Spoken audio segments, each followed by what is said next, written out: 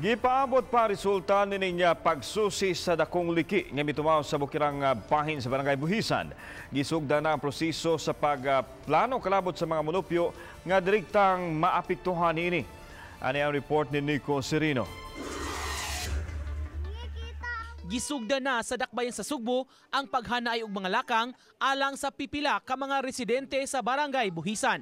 Nunot kini sa pagpangliki sa bukid nga nakit-an sa may sitio Sandayong nga gikabalak-an nga mugrabe. Kini ang gipahibaw pinaagi sa social media account ni Mayor Tomas Osmeña.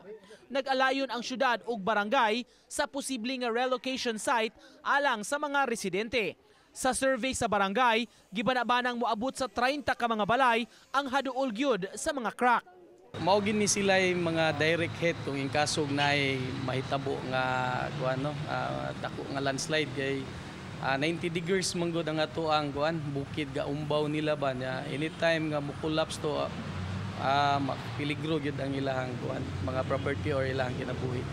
Sa atba nga parte sa may sitio Lower Puti, giingong may mga pagpangliki isab nga nakita. May duha ka mga posibleng relocation site nga natumbok na ang barangay. Kini ang sa may sitio Tubod ug sitio Dulhugan.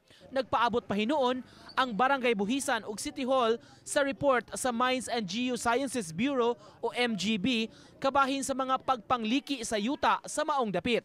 Private owned ang mga lote. So ang sitio Dulhugan ni sugot na ang lot owner nga ipahimo ang relocation site ang iyang area. City mo bayad ang balikap. Hopefully we are applying a CMP Community Mortgage Program, government project for housing. Karong weekend, tigumon sa barangay ug syudad ang mga mulupyo aron hisgutan ang plano alang kanila ug sa mga lakang nga himuon sa mga opisyales alang sa ilang kaluwasan. Nico Sereno, Balitang Bisdak.